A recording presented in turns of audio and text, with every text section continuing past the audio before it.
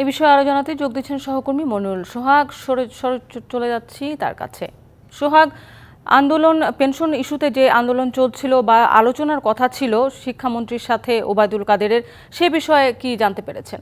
আপনি জানেন যে আলোচনাটি হওয়ার কথা ছিল সেটি মূলত এরই মধ্যে কিন্তু স্থগিত করা হয়েছে এবং সেই আন্দোলনটি আসলে এরপরে কখন হবে সেই বিষয়ে এখন পর্যন্ত কোনো সিদ্ধান্ত কিন্তু নেওয়া হয়নি বা জানা যায়নি। তবে তারা এই কর্মসূচি চালিয়ে যাওয়ার যে ঘোষণা সেটি তারা দিয়েছেন এবং শিক্ষক যিনি রয়েছেন এখানে নিজামুল হক ভূঁইয়া অধ্যাপক, তিনি কথা বলছেন এই মুহূর্তে। আমরা তার কথা একটু শুনব। উনি বলেছেন যে অচিরেই আমাদের এই বৈঠকটির কথা উনি জানাবেন। মানে মিটিং হবে, মানে আপাতত স্থগিত এরকম বিষয়টা? আপাতত স্থগিত, মিটিংটা হবে। স্যার, এই বিষয়ে শিক্ষামন্ত্রীর সঙ্গে আপনাদের নিশ্চয়ই নিয়মিত আলাপ আলোচনা চলছে? শিক্ষামন্ত্রী মহোদয়ের সাথে কথা হচ্ছে, কিন্তু উনি এখন পর্যন্ত আমাদেরকে ডাকেন নাই। ডাকলে আমরা অবশ্যই আলোচনা যাব। সমাধান না হওয়া পর্যন্ত আপনারা কি করবেন এবং কতদিনই আন্দোলন চলবে?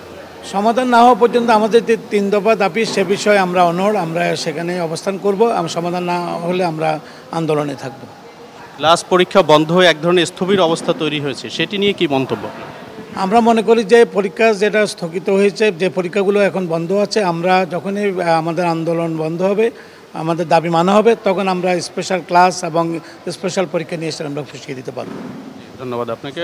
শান্তা, আপনি শুনছিলেন অধ্যাপক নিজামুল হক ভূঁইয়ার কথা। তিনি মূলত ঢাকা বিশ্ববিদ্যালয় শিক্ষক সমিতির সভাপতি এবং পাশাপাশি পাবলিক বিশ্ববিদ্যালয় শিক্ষকদের যে সংগঠন পাবলিক বিশ্ববিদ্যালয় শিক্ষক ফেডারেশন, সেটিরও তিনি মহাসচিব। তো এই কর্মসূচি চলছে, সবগুলো বিশ্ববিদ্যালয়ে আসলে ক্লাস পরীক্ষা বর্জন রয়েছে এই মুহূর্তে এবং যে স্থবির অবস্থা সেটি কিন্তু চলছে। নিশ্চয়ই পরের খবরে হয়তো আমরা আরও এই বিষয়ে বিস্তারিত জানাতে পারবো।